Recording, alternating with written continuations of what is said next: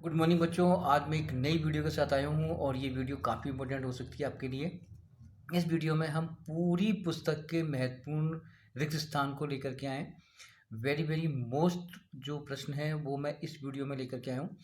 और ये जो है पहला पार्ट है, इसका एक पार्ट और आएगा और ये आपके लिए बोर्ड 2023 में होने वाली जो परीक्षा है उसके लिए काफ़ी महत्वपूर्ण होगा। इसमें से बहुत सारे प्रश्न आएंगे, मैं आपको गारंटी से विश्वास दिलाता हूँ। ठीक है, तो समय तो अपन खराब करना नहीं है। तो पहले प्रश्न जो है वो आप देखिए, पत्तियों में गैसों का विनिमय खालिस्तान द्वारा होता है। यानी कि पत्तियों में गैसों का आदान प्रदान, विनिमय कहते हैं बेटा, आदान प्रदान। यानी गैसों में, सॉरी, पत्तियों में गैसों का विनिमय यानी कि आदान प्रदान खालिस्तान द्वारा होता है। और ये किसके द्वारा होता है, तो वहाँ आपको सही उत्तर बनना है। और आपको मालूम है कि जो हमारी पत्तियां होती हैं उसके अर्धचरम पर छोटे छोटे छिद्र पाए जाते हैं। तो उन छिद्रों के द्वारा ही गैसों का आदान प्रदान होता है। तो यहाँ पर जो आपका आंसर आएगा वो या तो लिख दो रंध्र, ये लिख दो छिद्र, एक ही बात है। तो मैंने यहाँ पर रंध्र लिख दिया बेटा।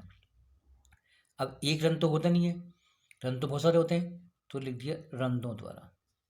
ठीक है, देखो पहला प्रश्न आपका कंप्लीट हो चुका है। प्रश्न नंबर सेकंड देखो, नर में खालिस्तान हार्मोन पाया जाता है। अब नर में बेटा कौन सा होता है हार्मोन, है ना, जिसके कारण नर में यानी कि मेल के अंदर गौण लैंगिक लक्षण प्रकट होते हैं। तो आपको याद रखना है कि नर के अंदर जो हार्मोन होता है वो होता है टेस्टोस्टेरोन। तो यहाँ पे जो खालिस्तान पे आएगा टेस्टोस्टेरोन, ठीक है ना, यहाँ पे आ जाएगा टेस्टोस्टेरोन। ये आपका दूसरा प्रश्न कंप्लीट, काफ़ी मोस्ट प्रश्न है, आप विश्वास करो इसमें से बहुत सारे प्रश्न आएंगे। ठीक है, चलिए तीसरा जो प्रश्न है, ऊर्जा का व्यावसायिक मात्रक है। ऊर्जा यानी कि बिजली का व्यावसायिक मात्रक क्या है, यानी कहते हैं कॉमर्शियल, कॉमर्शियल मात्रक। आपको मालूम है कि हमारे घरों में जो बिजली की खपत करते हैं वो लास्ट में जो आता है आंसर वो आता है बेटा यूनिट में। तो यानी कि जो विद्युत का जो व्यावसायिक मात्रक है वो बेटा यूनिट होती है। क्या होती है यूनिट, या तो आप इसको यूनिट लिखो या फिर इसको KWH लिखो, यानी किलोवाट पर आवर। एक ही बात है, अगर आपको दोनों में से एक लिखना है या तो आप यूनिट लिखेंगे या फिर आप KWH लिखेंगे। ठीक है, कोई दिक्कत है। चलो अब आते हैं प्रश्न नंबर चौथा। देखो काफी मोस्ट है ये प्रश्न। खालिस्तान दिया हुआ है, में विद्युत ऊर्जा का यांत्रिक ऊर्जा में रूपांतरण होता है। ऐसी कौन सी युक्ति है, ऐसा कौन सा उपकरण है जो कि विद्युत ऊर्जा को यांत्रिक ऊर्जा, यानी यांत्रिक ऊर्जा मतलब मशीन के द्वारा किसी चीज को घुमाया जाता है, यानी वो मशीन घूम जाती है, चल जाती है वो। और आपको मालूम है कि इसका जो आंसर होगा वो होगा विद्युत मोटर, क्योंकि विद्युत मोटर ही जो है विद्युत ऊर्जा को यांत्रिक ऊर्जा में परिवर्तित करती है। तो यहाँ पर आंसर आएगा आपका विद्युत ऊर्जा, विद्युत मोटर। ठीक है, मेरी बात आपको समझ में आ रही होगी। तो विद्युत मोटर ही एक ऐसी युक्ति है, एक ऐसा उपकरण है जो बेटा विद्युत ऊर्जा को यांत्रिक ऊर्जा में परिवर्तित करता है। क्लियर हो गया, चलें आगे। प्रश्न नंबर देखो पांचवा, एथेनोइक का अणुसूत्र। एथेनोइक यानी कार्बोक्सिलिक अम्ल होता है, ये पार्ट 4 में है। और एथेनोइक का जो होता है वो होता है CH3COOH। ठीक है, आपने शायद फोर्थ पार्ट में ये चीज़ें पढ़ी होंगी प्रक्रियात्मक समूह के अंदर। तो आपका जो है किसका है बेटा, एथेनोइक का, तो इसका आंसर हो गया CH3COOH। देखो 5 प्रश्न कंप्लीट हो चुके हैं। प्रश्न नंबर छठा देखो, आधुनिक आवास सारणी में वर्गों की संख्या होती है, यानी वर्ग जानते हो, सीधी ऊर्ध्वाधर यानी कि ऐसे। और आपको मालूम है वो होते हैं कितने, 18। आप देखना अपनी आवास सारणी में कितने होते हैं, 18, यानी कि ऊर्ध्वाधर यानी सीधे खड़े हुए ऐसे ऐसे। तो वो बेटा 18 होते हैं। ठीक है, आवर्त 7 होते हैं। तो यानी कि 6 प्रश्न क्लियर हो गए। अब आता है अगला प्रश्न, देखो सातवां प्रश्न। सातवां देखो, विद्युत शक्ति का मात्रक है। एक मिनट रुको, मैंने दिखाया नहीं आपको, ये रहा विद्युत शक्ति का मात्रक है, विद्युत शक्ति। और विद्युत शक्ति का मात्रक है बेटा वॉट, क्योंकि एक जेम्स वॉट थे जिन्होंने बेटा भाप के इंजन का आविष्कार किया था। तो उन्हीं के सम्मान के अंदर ये वॉट रखा गया है। तो विद्युत शक्ति का मात्रक क्या है बेटा, वॉट हो गया। क्लियर हो गया, चलो देखो जैसे ऊपर एक प्रश्न आया था वैसे प्रश्न एक दोबारा आ गया।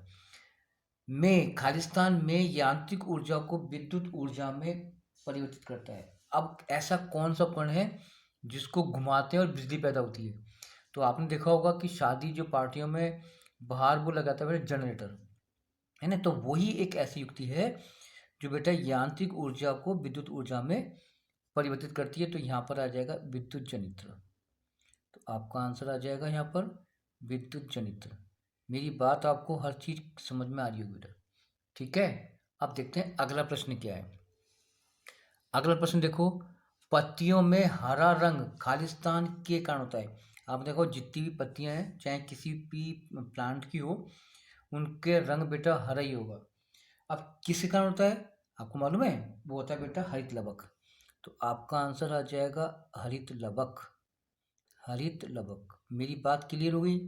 तो यहाँ तक आपके प्रश्न हो चुके हैं। वेरी वेरी मोस्ट प्रश्न है, विश्वास करना, इसमें एक प्रश्न मान लिया जाएगा। प्रश्न नंबर देखो 10वां।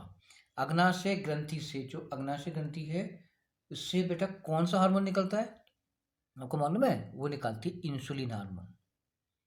वो निकालती है इंसुलिन हार्मोन।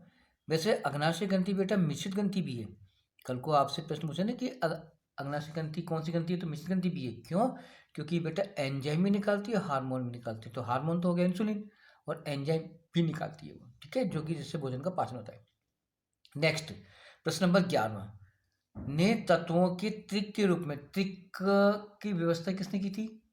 पार्ट 5वां आवर्त सारणी वाले में, और वो है आपका डोबेनाइनर। तो आपका आंसर होगा डोबे राइनर। डोबे राइनर जो है वो एक ऐसे रासायनिक थे जिन्होंने आवर्त सारणी बनाने की कोशिश करी और 3-3 के क्रम में जमाया था तत्वों को। मेरी बात क्लियर हो गई?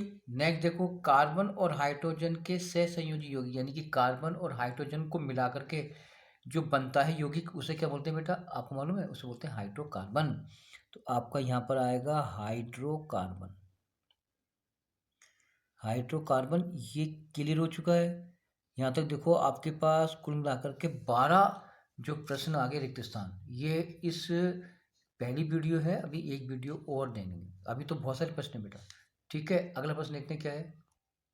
चलिए अगला प्रश्न देखो, मादा में, मादा यानी फीमेल्स में, मादा में खालिस्तान व खालिस्तान हार्मोन का स्त्राव होता है, यानी 2 प्रकार के हार्मोन निकलते हैं, ठीक है? एक तो होता है बेटा प्रोजेस्टेरोन, राइट? तो यहाँ पे लिखे अपन प्रोजेस्टेरोन। तो यहाँ पे लिखा मैंने प्रोजे आधा से, फिर लिखो आप टेरोन। एक तो बेटा ये हार्मोन निकलता है, ठीक है? और एक निकलता है एस्ट्रोजन। एस्ट्रोजन। तो बेटा ये 2 प्रकार के हार्मोन निकालती है मादाएं, ठीक है? चलिए बेटा अब नेक्स्ट प्रश्न देखते हैं। नेक्स्ट प्रश्न है आपका, विद्युत धारा को मापने की युक्ति को कहते हैं? विद्युत धारा, विद्युत धारा किस किस नापते हैं आपको मालूम है? विद्युत धारा जो नापने की युक्ति है वो होती है बेटा एमीटर। और एमीटर को बेटा अपन लगाते हैं हमेशा श्रेणी क्रम में। तो देखो एक प्रश्न ये बन गया जो मैंने अभी बोला। तो अगर आपसे पूछे कि एमीटर को परिपथ में किस क्रम में जोड़ते हैं, तो आपका आंसर होगा श्रेणी क्रम में, ठीक है? चलिए अब आता है नेक्स्ट प्रश्न है, काफी मोस्ट 15वां प्रश्न। एल्केन का सामान्य सूत्र क्या है? एल्केन, और एल्केन का सामान्य सूत्र होता है बेटा CnH2n+2। यहाँ पर जो n है ना, n, ये है बेटा कार्बन परमाणु की संख्या। n क्या है? कार्बन परमाणु की संख्या, ठीक है? तो ये आप लिख लेना। मैंने इसमें फिर से आपको ये नहीं लिखना था, मैंने आपको समझा दिया है। अब देखो नेक्स्ट, आवर्त सारणी का आधार क्या था? आवर्त सारणी जो बनाई थी आधुनिक आवर्त सारणी, तो उस उन्होंने किसको माना था आधार? वो माना था परमाणु क्रमांक को, क्योंकि इसकी व्यवस्था परमाणु क्रमांक के रूप में की गई थी। यानी कि छोटे जो कम वाले हैं उनको पहले, और जो सबसे अधिक हैं वो बाद में जमाए थे, ठीक है? चलो, शरीर में अपशिष्ट उत्पाद को बाहर निकालने के प्रक्रम को क्या कहते हैं? यानी शरीर से जो गंदगी बाहर निकालते हैं ना, तो उसको बोलते हैं उत्सर्जन। तो यहाँ पर आएगा आपका उत्सर्जन, यानी अपशिष्ट पदार्थ जो शरीर में हानिकारक हो, जिस कारण हमारा शरीर लाभदायक ना हो, यानी कि हमें बीमार पड़ जाए, तो ऐसी जो गंदगी हम बाहर निकालते हैं उसको बोलते हैं बेटा उत्सर्जन। नेक्स्ट देखो, विद्युत परिपथ में धनात्मक और ऋणात्मक तार सीधे संपर्क में आते हैं तो क्या होता है? बेटा वो अति भारण होता है, अति भारण। क्या होगा वो? अति भारण। वैसे कई बुकों में बेटा लघु पथन भी लिखा है, तो आप लघु पथन भी कर लीजिए। क्लियर हो गया? दोनों में से एक करिए ना, चाहे अति भारण या लघु पथन। ठीक है। नेक्स्ट देखो, सोडियम का परमाणु क्रमांक, सोडियम का होता है बेटा 11, यानी 11 होता है सोडियम का। ठीक है, क्लियर है? तो सोडियम का परमाणु कितना होगा? 11। तो सोडियम का हो जाएगा 11। या तो हिंदी में लिखो या फिर गणित में लिखो। ठीक है। नेक्स्ट है, आयोडीन की कमी से कौन सा रोग होता है? आयोडीन की कमी से कौन सा होता है बेटा? गलकंड होता है, घेंगा होता है, बहुत सारे नाम है, तो आप लिख दो गलकंड। ठीक है, या तो आप ये लिख दो या फिर आप घेंगा रोग भी लिख सकते हो। इसको गाइटर रोग भी बोलते हैं, कई बुकों में इसको गाइटर रोग के भी नाम से जानते हैं बेटा। ठीक है। नेक्स्ट है, विभवांतर मापने की युक्ति। विभवांतर किसे नापते हैं? वोल्ट मीटर से, वो इसे लगाते हैं समांतर क्रम में। तो आपका आंसर आएगा यहाँ पर वोल्ट मीटर, वोल्ट मीटर। इस क्लियर हो गया? कोई टेंशन?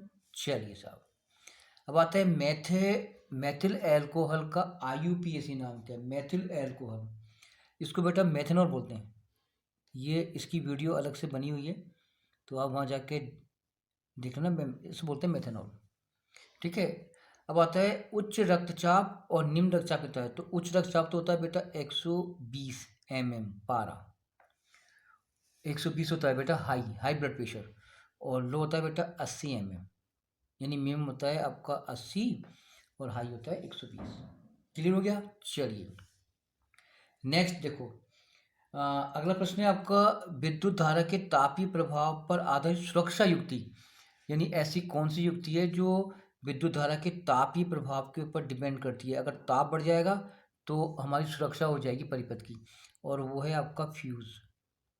फ्यूज होता है जो कि मीटर के पहले मीटर से के बाद लगा होता है। जब धारा का मान अधिक होता है या प्लस माइनस जुड़ जाता है तो बेटा वो फ्यूज गल करके हट जाता है, जिससे धारा हमारे रूम तक नहीं पहुंच पाती, जिससे हमें कोई जो हमारे विद्युत उपकरण है वो जलने से बच जाते हैं। ठीक है। अब आते हैं अपन प्रश्न नंबर 25वां। चलिए, अब आता है एल्काइन का सामान्य सूत्र क्या है? एल्काइन, और इसका होता है CnH2n-2। ठीक है, ये किसका हो गया बेटा? एल्काइन का। मैंने अभी एल्केन का लिखाया था, ये बेटा एल्काइन का है। इस क्लियर हो गया? चलें, आपके यहाँ पर जो N है वही कार्बन परमाणु की संख्या है। चलिए, इंसुलिन की कमी से कौन सा रोग होता है? और वो होता है बेटा डायबिटीज़, यानी मधुमेह। यानी कि अगर जिसके ब्लड में शर्करा की मात्रा बढ़ जाती है ना, तो उसको डायबिटीज़ हो जाती है, इसको अपन मधुमेह बोलते हैं। क्लियर हो चुका? चलिए साहब, एक अश्व शक्ति कितने हॉर्स पावर के बराबर होती है? और वो होती है बेटा 746 वॉट के बराबर। ठीक है। चलिए नेक्स्ट देखो, अगला प्रश्न, किसी परिनालिका के भीतर सभी बिंदुओं पर चुंबकीय क्षेत्र हमेशा क्या होगा? समान होगा, तभी तो इसका उपयोग विद्युत चुंबक बनाने में करते हैं। तो यहाँ पे लिखो समान, सॉरी मैंने समान लिख दिया, आप इसको सही कर लेना, समान कर लेना, यानी बराबर। ठीक है, आप इसको ना लें, ये देखें आप। ठीक है। नेक्स्ट यहाँ पर, रक्त दाब मापने के लिए किसका उपयोग करते हैं? रक्तचाप मापी। तो आप इसका आंसर लिख देना रक्त चाप मापी। इसको बेटा एक इंग्लिश शब्द भी है, इसको बोलते हैं स्फाइगोमेनोमीटर। अगर चाहो तो वो भी आप लिख सकते हो, कोई बात नहीं, छोड़ दो, वो तो ज़्यादा कोई दिक्कत नहीं है, एक ही बात है, तो रक्तचाप मापी बोलो। नेक्स्ट है, तत्वों के धात्विक गुण ऊपर से नीचे जाने पर क्या होते हैं? धात्विक गुण बेटा ऊपर से नीचे जाएंगे तो बढ़ते हैं, यानी कि धात्विक गुण बढ़ जाते हैं, तो यहाँ पर लिखना बढ़ते हैं। ये आपके बेटा कुल मिलाकर के 30% थे। इसकी एक वीडियो और उपलब्ध कराएंगे। धन्यवाद।